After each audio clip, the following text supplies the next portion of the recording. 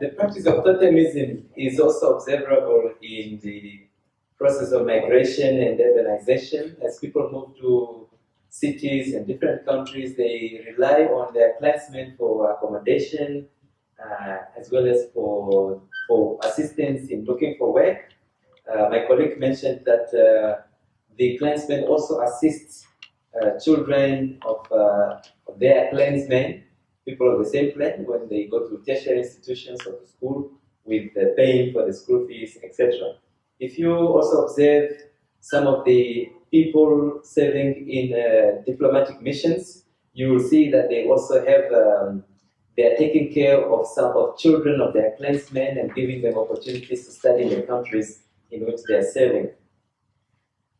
Totemism can also be reflected in national symbols, which suggest that even countries have totems. If you look at the first coat of arms that you see there, that is of Malawi, and the totems of Malawi are therefore the lion and the leopard, which you see in the coat of arms. For Namibia, we have the oryx and the eagle. This is why in front of our state house there's a very, very big eagle stationed there. Even in sports, you'll see teams also sporting animals as their emblems, otherwise also totems. For England, we say that the English national team is referred to as the three lions, but that is because in their emblem they have three lions. The Botswana national team is referred to as the two zebras because they have two zebras. If they were an Oshiwambo sports team, we would refer to them as Apaluvara. Totemism is also reflected in the emblems of regional councils and town councils, as you can see. I'm disappointed that Dr. Bambo is not here because for the Kavango East region, as you can see, we have two bears. So in Rukwangari, they would say they are Bakwankora, Kwashibira in Oshiwambo. While the Musati region, they have a cow, a Konangobe, and so on. So these are just a few examples. You'll find in most emblems of town councils that they have certain animals that they venerate. The attires of traditional leaders are also modeled on animals, and in this case, the leopard and lion play a dominant role. In most chiefs, they would usually wear only the skin of a leopard, but in Okanyama, you would find that the queen would wear the skin of a lion. This is also the same for the Damara chief. Totemism and ceremonies. In most ceremonies, you'll see that the people, as they celebrate their functions, they would observe the behavior of their totemic animals. In the modern day, you'll find also these animals being printed on the clothes that the people wear, and during the ceremonies, they would perform the clan presses of their various totems. In the Oshiwambo culture, the paternal clan plays a significant role as it is involved in most functions, such as marriage, inheritance, and they perform also certain rituals when it comes to death and so on. During functions also, most clansmen would imitate the sound of their totemic animals. Those of the hyena clan would imitate the sound of the hyena clan during their wedding ceremonies and other functions. Objects and pictures are displayed using representations of their totemic animals during functions and so on. Yes, in the modern day also it has become more and more common for clansmen to host clan reunions, which would usually be advertised in newspapers, and clansmen would contribute financially and materially towards the hosting of this event. The promotion of totemism can also be observed in different spheres in the modern day. In the newspapers, it's very common in the obituaries, where people also pay specific respect to a specific clan.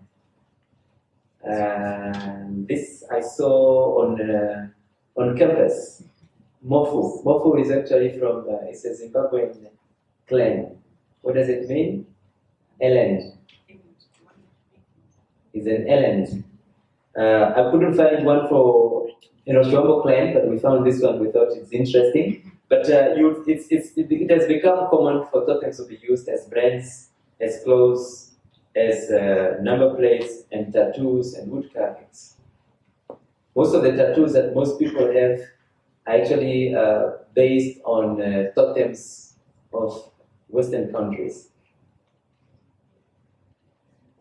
In the modern day era, because of technology, we now see the creation of WhatsApp groups and Facebook pages, such as the one you see here. The title is Ella Kaeli, have to copy. Moving on, we have interclan relationships, in which the perpetuation of clan alliances is promoted. Members of an alliance regard one another as clansmen. I can give an example in Oshiwambo. I'm not good at translations, maybe my colleague can assist. But you'll find people of a specific clan, such as those of the Akwanangobe, which is the cow clan, who would refer to the people of the lion clan, Akwananime. They will say to them, jokingly refer to them as overall Divetu. But it's a joke that is understood by all of them. Not to mean negatively, but it's a positive. It's to emphasize the clan alliance. Now, a lion eats a cow. So this one's referred to the others as overall Divetu, which is our witches. Yes. So it's not referred to in the literal sense, but also just to emphasize the alliance between the two clans. So the joking relationships exist between the clans. Now, perspectives, we interviewed a number of people, just to find out their perspectives on the Totemism. It's very interesting. Some of them said we could greatly depend on the assistance of our relatives, although we live in the homestead alone. Our maternal aunts and uncles send us food and money. I love the USA. This is in another comment by another participant. I love the USA, but I do not stop thinking about my clan members when I'm here. When they have a problem, they call me or text me. I send them money when they're in need. And this is another one that is interesting. My father passed on when I was young. My father and mother's relatives supported us until we completed school. Now the relatives that I refer to here are the clansmen. This one, I think, is the most interesting. This one says, I've heard of clans and what they mean. I do not belong to any clan. I do not have a clan. Nobody cares about clan anymore. My father never talks about his clan, but I see his relatives coming to visit. Now that is a contradiction. This is a sign that this person just really does not understand what a clan is. So, there are more and more examples, but in the interest of time, let me move to the conclusion. A clan is considered as an insurance policy, because even in times of, when times are hard, your clansmen will take care of you.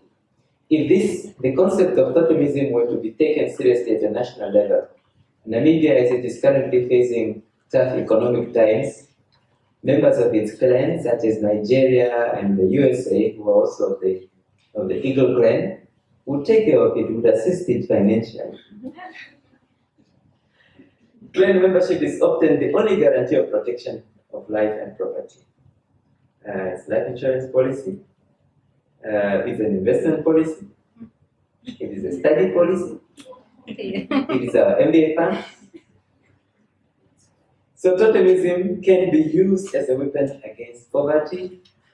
Through Totemism, we can reduce poverty levels because people will share. Clansmen will take care of one another. If one member of a clan has more than the other, he would donate to the other. In Kenya, it's also a common practice if members of a clan identify one of theirs who does not have cattle, they will each contribute one cow so that this one can have a crow for himself. So Totemism can also be used as a weapon against tribalism because the clans transcend tribes and nations. It can be used in the fight against xenophobia. A member of the cow clan in Nigeria is considered a relative of a member of the cow clan in Ohangwena region. I thank you.